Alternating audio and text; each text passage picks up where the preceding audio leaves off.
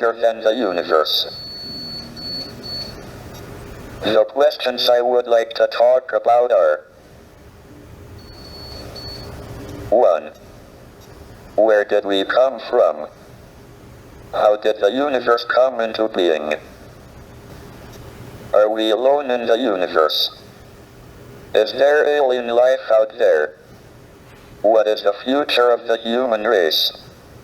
Up until the 1920s, everyone thought the universe was essentially static and unchanging in time. Then it was discovered that the universe was expanding. Distant galaxies were moving away from us. This meant they must have been closer together in the past.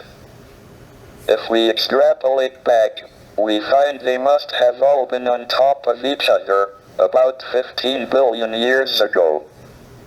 This was the Big Bang, the beginning of the universe. But was there anything before the Big Bang? If not, what created the universe? Why did the universe emerge from the Big Bang the way it did? We used to think that the theory of the universe could be divided into two parts. First, there were the laws like Maxwell's equations and general relativity that determine the evolution of the universe, given its state over all space at one time. And second, there was the question of the initial state of the universe. We have made good progress on the first part, and now have a knowledge of the laws of evolution in all but the most extreme conditions, but until recently, we have had little idea about the initial conditions for the universe. However, this division into laws of evolution and initial conditions depends on time and space being separate and distinct. Under extreme conditions, general relativity and quantum theory allow time to behave like another dimension of space. This removes the distinction between time and space, and means the laws of evolution can also determine the initial state. The universe can spontaneously create itself out of nothing. Moreover, we can calculate the probabilities that the universe is created in different states. These predictions are in excellent agreement with observations by the WMAP satellite of the cosmic microwave background, which is an imprint of the very early universe. We think we have solved the mystery of creation. Maybe we should patent the universe and charge everyone royalties for their existence. I now turn to the second big question: are we alone, or is there other life in the universe? We believe that life arose spontaneously on the Earth, so it must be possible for life to appear on other suitable planets, of which there seem to be a large number in the galaxy. But we don't know how life first appeared. We have two pieces of observational evidence on the probability of life appearing. The first is that we have fossils of algae from 3.5 billion years ago. The Earth was formed 4.6 billion years ago, and was probably too hot for about the first half billion years.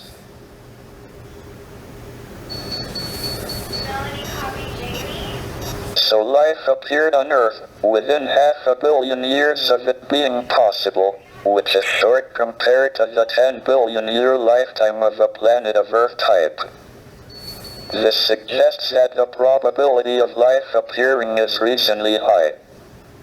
If it was very low, one would have expected it to take most of the 10 billion years available. On the other hand, we don't seem to have been visited by aliens. I am discounting reports of UFOs. Why would they appear only to cranks and weirdos? If there is a government conspiracy to suppress the reports and keep for itself the scientific knowledge the aliens bring, it seems to have been a singularly ineffective policy so far.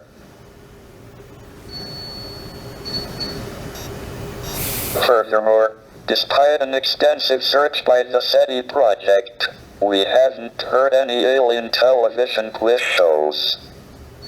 This probably indicates that there are no alien civilizations at our stage of development within a radius of a few hundred light years.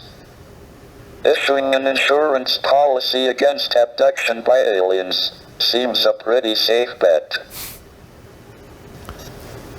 This brings me to the last of the big questions, the future of the human race.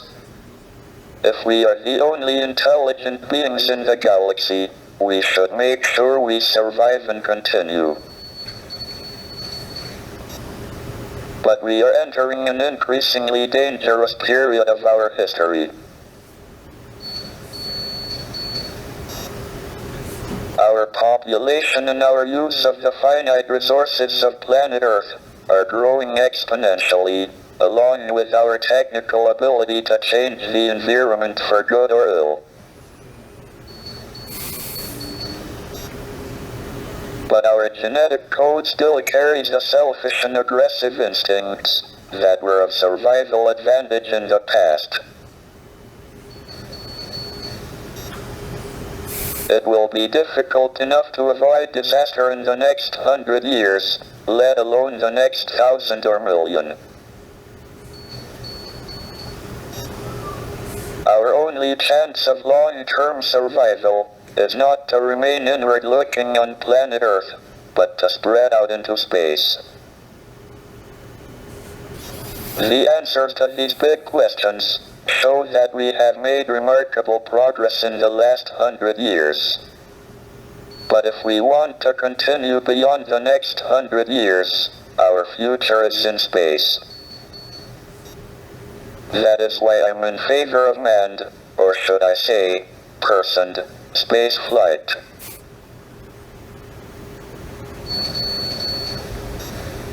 All my life, I have sought to understand the universe and find answers to these questions. I have been very lucky that my disability has not been a serious handicap. Indeed, it has probably given me more time than most people to pursue the quest for knowledge. The ultimate goal is a complete theory of the universe, and we are making good progress. Thank you for listening.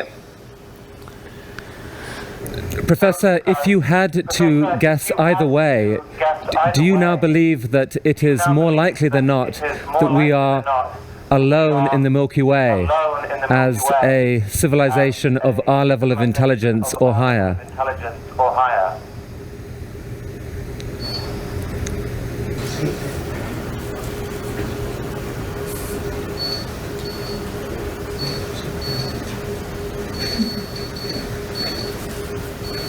This answer took 7 minutes and really gave me an insight into the incredible act of generosity this whole talk was for TED.